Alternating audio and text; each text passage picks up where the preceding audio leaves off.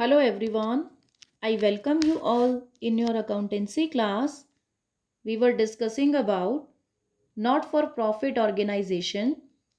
Today we will learn how to prepare income and expenditure account and balance sheet of NPO. Means उनकी financial statements को बनाना सीखेंगे हम। अभी तक हमने सब्सक्रिप्शन के बारे में सीखा, स्पेशल आइटम्स के बारे में आपने पढ़ा। तो आज हम उनका एक फुल फ्लेज न्यूमेरिकल को सॉल्व करेंगे कि एक एनपीओ के रिगार्डिंग आपको अगर रिसीट एंड पेमेंट अकाउंट दिया गया है तो उससे आप उनकी बैलेंस शीट और उनका इनकम एक्सपेंडिचर अकाउंट कैसे बनाते हो। तो ये सब करने से पहले आपको पिछले 2 वीडियोस को अच्छे से सुनना है, क्योंकि जो भी स्पेशल आइटम्स हैं उनके बारे में पता होना बहुत ज़रूरी है कि उनका ट्रीटमेंट कैसे होता है, कि लेगेसी का क्या ट्रीटमेंट है, लाइफ मेंबरशिप का क्या ट्रीटमेंट है। तो फर्स्ट और सेकंड वीडियोस में हमने जितना भी डिस्कस किया है उसको बहुत ध्यान से समझें, बुक से भी अपना रीडिंग लें, ताकि आपको इस टाइम पर न्यूमेरिकल को करते टाइम कोई कंफ्यूजन ना हो किसी भी आइटम के ट्रीटमेंट को लेकर के, कि उसको मैंने ट्रीटमेंट कैसे देना है। तो देखिए, अब रिसीट एंड पेमेंट अकाउंट आपको गिवन होगा, जिसमें कि रेवेन्यू और कैपिटल नेचर दोनों नेचर की आइटम्स आपको गिवन होंगी। तो रेवेन्यू नेचर की आइटम्स को आप ले लोगे इनकम एक्सपेंडिचर में, और कैपिटल नेचर की जो आइटम होंगी उन्हें हम लेते हैं बैलेंस शीट में। और एनपीओ के जब भी हम फाइनेंशियल स्टेटमेंट बनाते हैं, अगर आपको आपके ईयर का ओपनिंग कैपिटल फंड नहीं मालूम, कैपिटल फंड मतलब हमारे नॉर्मल बिजनेस की जो कैपिटल होती है, अगर आपको एनपीओ में कैपिटल फंड नहीं बताया गया तो आपको एक ओपनिंग बैलेंस शीट बना करके कैपिटल फंड को पता लगाना है। फिर उस कैपिटल फंड को आप यूज़ करोगे क्लोजिंग बैलेंस शीट बनाते हुए। क्लियर? आपको इन्फॉर्मेशन सारी गिवन होगी। रिसीट पेमेंट अकाउंट में कैश वाली आइटम्स की बात की जाएगी, और साथ में एडिशनल इन्फॉर्मेशन में आपको कुछ भी ऐसा है जो प्रीपेड है या एक्रूड है, आउटस्टैंडिंग है, उसके बारे में एडिशनल इन्फॉर्मेशन में बताया जाएगा। तो अब हमारे पास यहाँ एक न्यूमेरिकल है, देखो। अब इसमें क्या कुछ कहा जा रहा है वो हम देखते हैं। कहता है कि आपको from the following cash transactions relating to Royal Club Green Park prepare income expenditure account for the year ended. अब यहाँ से नोट कर लो कि आपका करंट ईयर कौन सा है। 31 मार्च 2014। 2014 हमारा करंट ईयर है। आपको जो है वो एक बैलेंस शीट बनानी है और इनकम एक्सपेंडिचर बनाना है। रिसीट वाली साइड पर सारी रिसीविंग्स और पेमेंट वाली साइड पर आपको सारी पेमेंट्स बताई गई हैं, और कुछ एडिशनल इन्फॉर्मेशन भी दिया गया है। तो इस एडिशनल इन्फॉर्मेशन के एक ओवरव्यू में मैंने देखा कि कैपिटल फंड तो देखो आपको गिवन नहीं है, तो इट मीन्स एक ओपनिंग बैलेंस शीट बनेगी।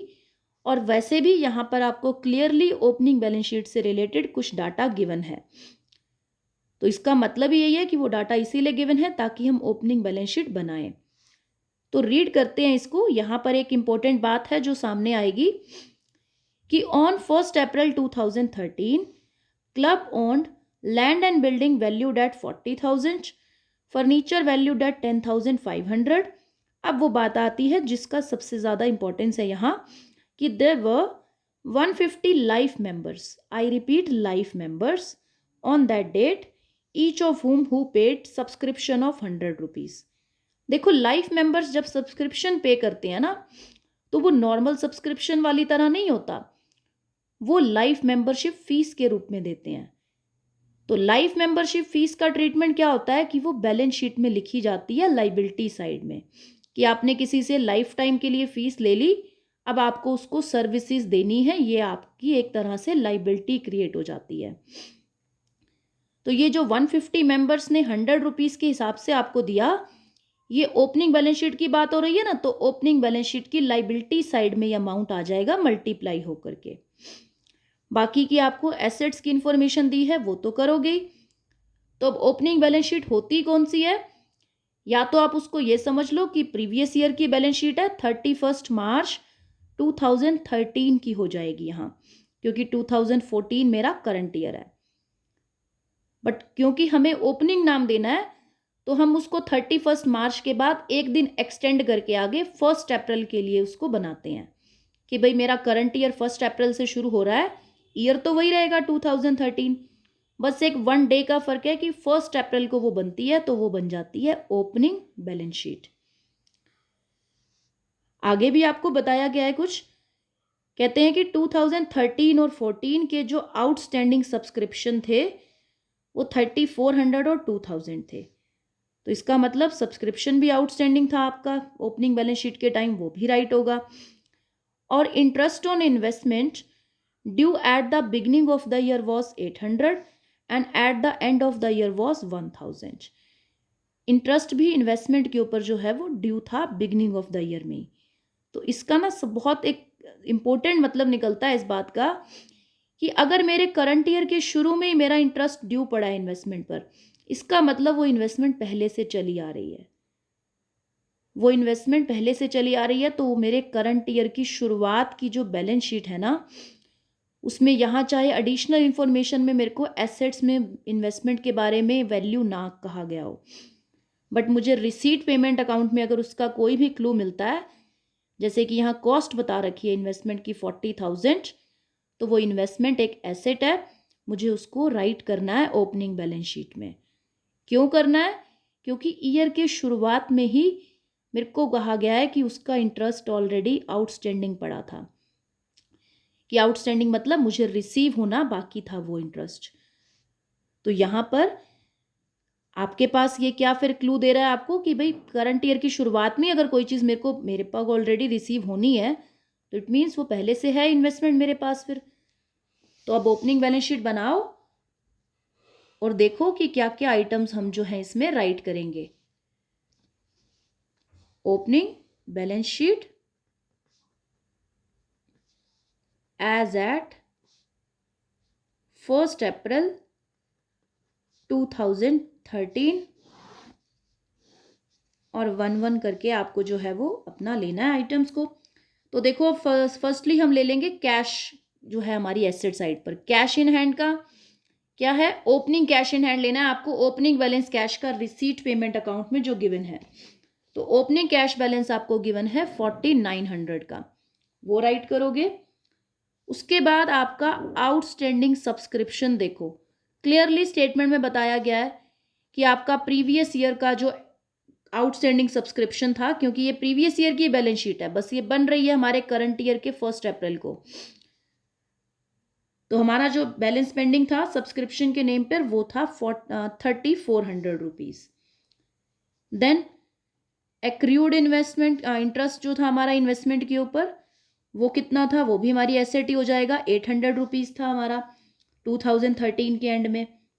उसी से रिलेटेड इन्वेस्टमेंट जो हमारी एसेट थी वो थी 40,000 की, क्योंकि मैंने देखा इनकम एक्सपेंडिचर अकाउंट में लिखा है उन्होंने कि इन्वेस्टमेंट की कॉस्ट जो है वो 40,000 है। देन कार जो है हमारे पास एडिशनल इंफॉर्मेशन में बताया गया है कि 2013 में 25,000 की थी।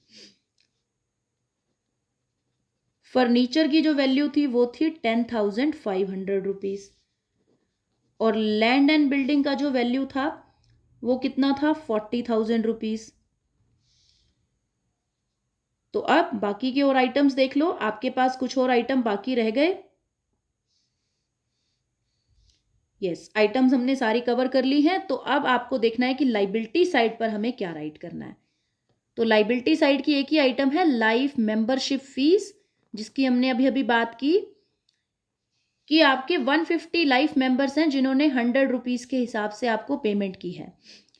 अगर ये नॉर्मल सब्सक्रिप्शन होता तो इस साल के लिए जितना रिसीव होता वो इनकम एक्सपेंडिचर में जाता करंट ईयर का, ये तो वैसे भी प्रीवियस ईयर का है।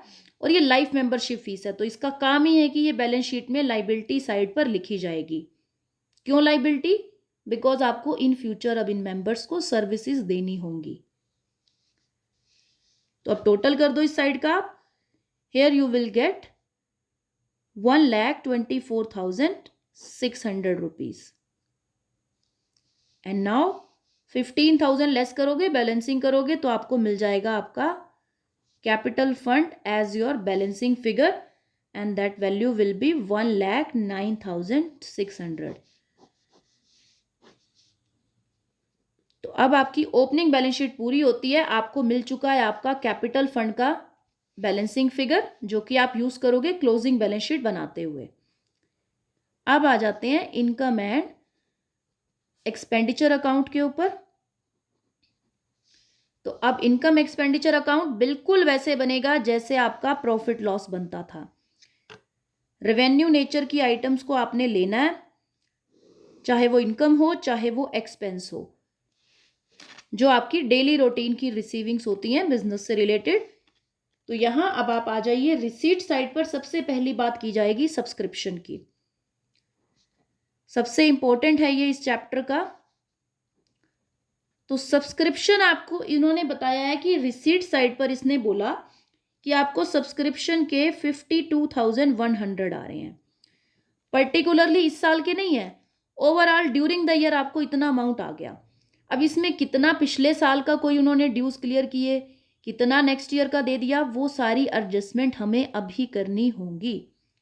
पहली एडजस्टमेंट तो देखो इसने ब्रैकेट में ही कह दिया आपको स्टेटमेंट में कि ये जो आपको सब्सक्रिप्शन का पैसा आ रहा है ना, उसमें से 800 रुपीज़ जो हैं वो आपके फॉर द ईयर एंडिंग 31 मार्च 2015 के हैं। तो इसका मतलब मेरे एडवांस आ रहा है मुझे नेक्स्ट ईयर के लिए, वो तो मैं नहीं ले सकती क्योंकि मुझे जो ये इनकम एक्सपेंडिचर बनाना होता है वो बनाते हैं फॉर द ईयर एंडिंग जो भी आपका करंट ईयर है, जैसे कि 2014।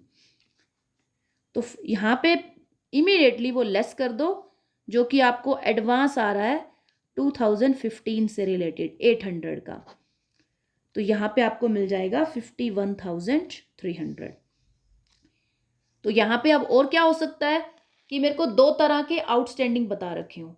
एक एडवांस तो इसने मुझे बता दिया, दूसरे तरह का एडवांस नहीं बताया। अगर अब एडवांस दिया होता कि फॉर करंट ईयर की, करंट ईयर से रिलेटेड एडवांस आया तो ऐड कर देते।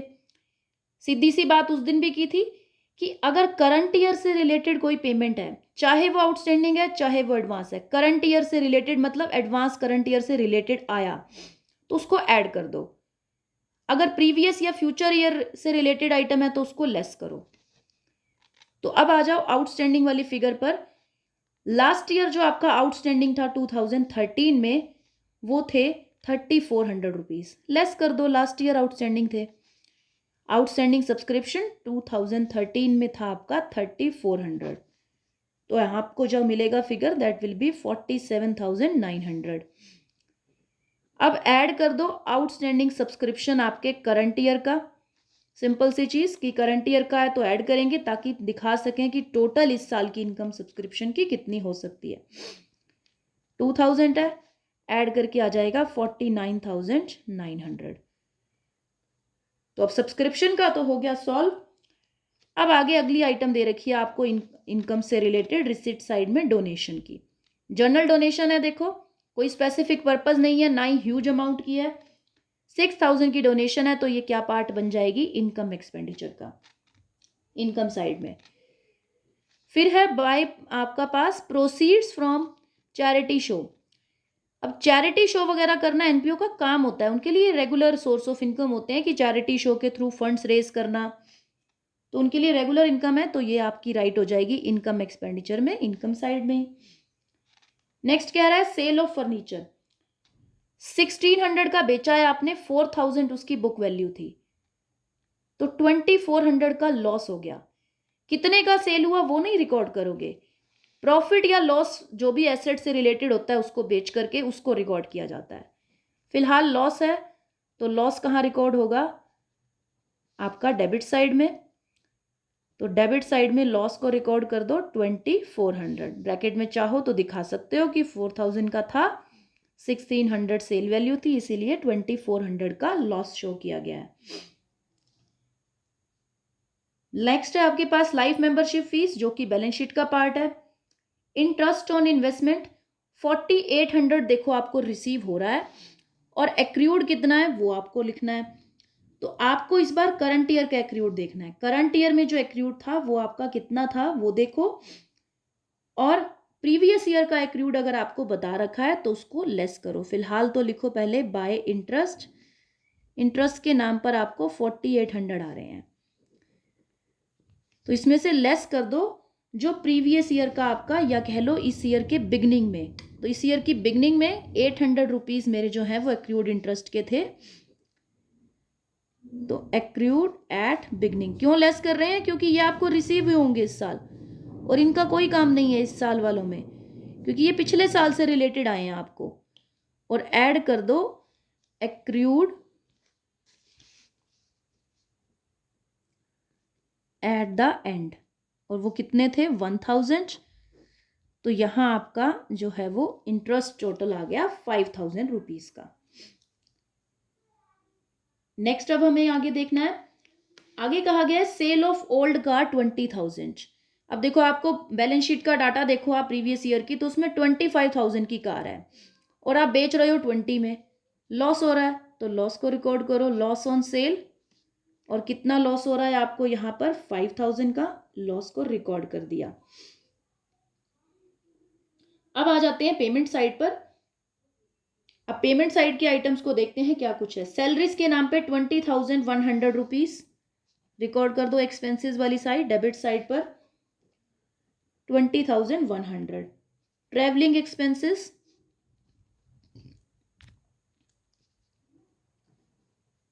ट्रैवलिंग एक्सपेंसेस जो हैं वो हैं 8,600 रुपीज़ के, रिकॉर्ड कर दिए। Next is printing and stationery 720, printing and stationery 720 expenses वाली साइड रिकॉर्ड कर दिया। By rent, sorry to rent, expense है आपका रेंट 16,600 रुपीज़।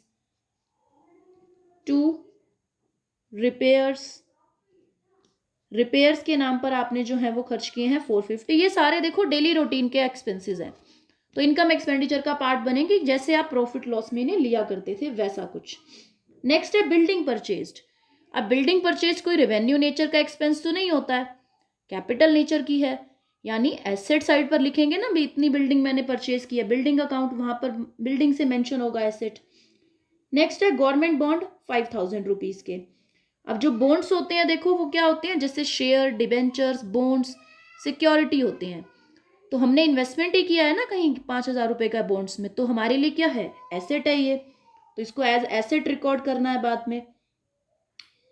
उसके अलावा और कुछ है जो हमें यहाँ पर दिया गया हो जो कि हमारा खर्चा है या हमारी इनकम हो? Let's check. तो एडिशनल इंफॉर्मेशन में हमारे पास कुछ और है जो कि हमारा पेंडिंग रह गया हो। सो आइटम्स आपकी कवर हो चुकी हैं, तो जस्ट आपको अब करना है कंपेयर आपकी इनकम साइड को एक्सपेंसेस साइड से, और देखें अगर इनकम ज़्यादा है तो होगा सरप्लस, और अगर हमारे एक्सपेंसेस साइड ज़्यादा है तो आपको हो जाएगा डेफिसिट। और ये प्रॉफिट या लॉस जो भी होगा, मीन्स सरप्लस या डेफिसिट जो भी होगा, ये मेंबर्स डिस्ट्रीब्यूट नहीं करेंगे, ये कैपिटल फंड में, यानी जब बैलेंस शीट में कैपिटल फंड लिखोगे उसमें सरप्लस है तो ऐड हो जाएगा और डेफिसिट है तो लेस कर दोगे। तो यहां आपको करना है टोटल 49,000, 6,000, 49,900, 6,000, 16,2 एंड 5,000 रुपीज। तो यहाँ का टोटल आपको मिल जाएगा 77,100 रुपीज। और एक्सपेंसेस साइड का टोटल करोगे बैलेंसिंग करने पर, यू विल गेट कि सरप्लस है, तो यहाँ राइट कर दो टू सरप्लस, और सरप्लस आपको मिल जाएगा 22,230 का। तो यहाँ हमारे पास अब सरप्लस है, तो इस सरप्लस को हम यूज करेंगे हमारी क्लोजिंग बैलेंस शीट के टाइम पर। तो अब बनाते हैं हम हमारी क्लोजिंग बैलेंस शीट।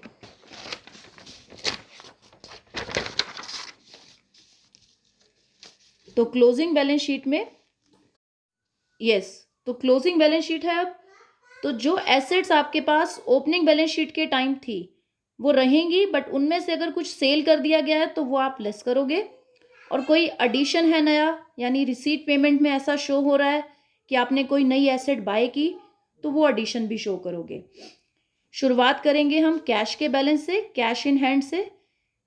तो कैश इन हैंड आपको रिसीट पेमेंट अकाउंट में शो किया गया है कि आपका क्लोजिंग बैलेंस ऑफ कैश कितना था, उसको राइट कर दो 32,130 था। अच्छा, आउटस्टैंडिंग सब्सक्रिप्शन आपको क्लियरली बता दिया गया था कि करंट ईयर के एंड में 2,000 का था, वो भी राइट कर दोगे। अब एक बात और यहाँ ध्यान देना, आगे के न्यूमेरिकल्स में काम आएगी, कि जब बैलेंस शीट में राइट करते हैं ना हम आउटस्टैंडिंग सब्सक्रिप्शन, तो बैलेंस शीट एक पर्टिकुलर डेट पर बनती है, तो उस डेट तक जितना भी आउटस्टैंडिंग सब्सक्रिप्शन पड़ा है वो सारा राइट किया जाता है। मेरा मतलब है यहाँ कि अगर पिछले कुछ सालों से सब्सक्रिप्शन आउटस्टैंडिंग ही चला आ रहा है, पिछले 3-4 सालों से लगातार हर साल कुछ ना कुछ सब्सक्रिप्शन आउटस्टैंडिंग हो जाता है और वो नेक्स्ट ईयर तक भी रिसीव नहीं हो रहा है, तो वो सारा यहाँ ऐड होके आ जाएगा। लेकिन अगर इनकम एक्सपेंडिचर की बात करूं और वहां अगर हमें आउटस्टैंडिंग सब्सक्रिप्शन के बारे में देखना हो, तो हम करंट ईयर के आउटस्टैंडिंग सब्सक्रिप्शन को ऐड करते हैं वहां, कि भाई मेरा इस ईयर का इतना रिसीव हुआ और जो नहीं हो रहा है वो करंट ईयर का हम ऐड कर देते हैं, क्योंकि वो इनकम एक्सपेंडिचर एक पर्टिकुलरली करंट ईयर के लिए बनता है। और यहाँ बैलेंस शीट एक पर्टिकुलर डेट पर है कि भाई इस डेट पर ये स्टेटस है, इस डेट पर मेरे पास इतनी एसेट्स हैं, इतनी लाइबिलिटीज हैं। तो यहाँ अगर ऐसा होता ना कि आउटस्टैंडिंग सब्सक्रिप्शन आपको बता रखा होता कि इस डेट का इतना है, इस आपका पर्टिकुलरली दिस ईयर का इतना है, दिस ईयर का इतना, तो वो दोनों लेते। लेकिन यहाँ इन्होंने जो स्टेटमेंट में आपको बोला ना, उन्होंने क्लियरली बता दिया कि आपके करंट ईयर की जो डेट थी एंड की, उस डेट पर 2000 ही पेंडिंग थे। प्रीवियस ईयर में 34 थे बट रिसीव हो गए होंगे हमें, तो उसकी वजह से लास्ट डेट पर 2000 ही पेंडिंग थे, तो मैंने 2 ही लिखा। अब नेक्स्ट है एक्रूड इंटरेस्ट। एक्रूड इंटरेस्ट आपका जो है वो इस साल का कितना था, 1000 रुपीज़ था। प्रीवियस ईयर की बैलेंस शीट में 800 लिखे थे और नेक्स्ट ईयर में हमारे 1000 थे, तो वो लिख दो। इन्वेस्टमेंट जो थी हमारी वो 40,000 की थी। उसके बाद गवर्नमेंट बॉन्ड्स थे जो कि हमने नए परचेज किए थे, हमारे रिसीट अकाउंट में हमें बोला गया था रिसीट पेमेंट में, वो लिख दो। कार आप बेच ही चुके हो तो कार आपकी सेल हो चुकी है, वो नहीं आप राइट करोगे। कोई डेप्रिसिएशन लगाने को बोला है तो डेप्रिसिएशन भी लगाना है। लैंड एंड बिल्डिंग जो थी वो 40,000 की थी और आपने 30 की नई खरीदी है, तो आपकी टोटल हो गई 70,000 रुपीज़ की लैंड एंड बिल्डिंग।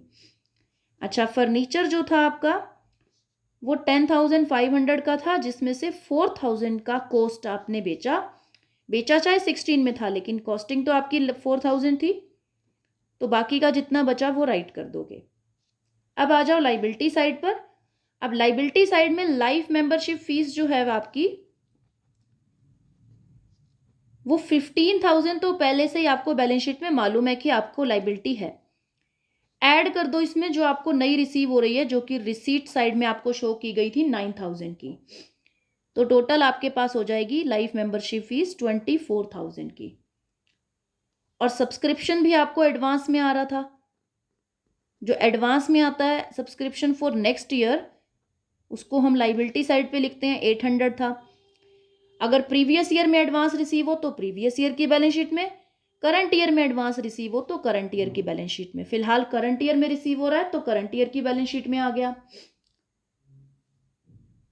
उसके बाद नेक्स्ट हमारे पास कैपिटल फंड है, बस बाकी सब और कुछ नहीं है लाइबिलिटी साइड का।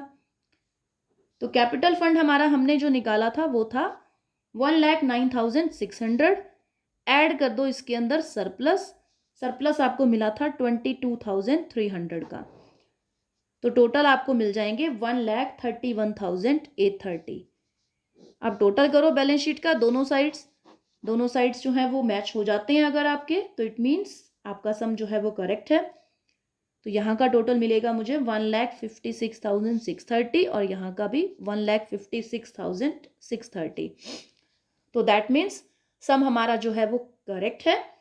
तो इस तरह से आपको जो है वो इन न्यूमेरिकल्स को सॉल्व करना है। फुल फ्लेज न्यूमेरिकल्स आपके पास आएंगे और 10 मार्क्स का आपका रहता है इस चैप्टर का न्यूमेरिकल डिस्ट्रीब्यूशन की। 10 मार्क्स का आपको सम जो है इसमें से एक 8 मार्क्स का सम मिलता है और एक आपका जो है वो 2 मार्क्स से रिलेटेड MCQs होते हैं। तो बहुत ध्यान से करें इस चैप्टर को, बहुत ही इंपॉर्टेंट चैप्टर है ये। Thank you so much.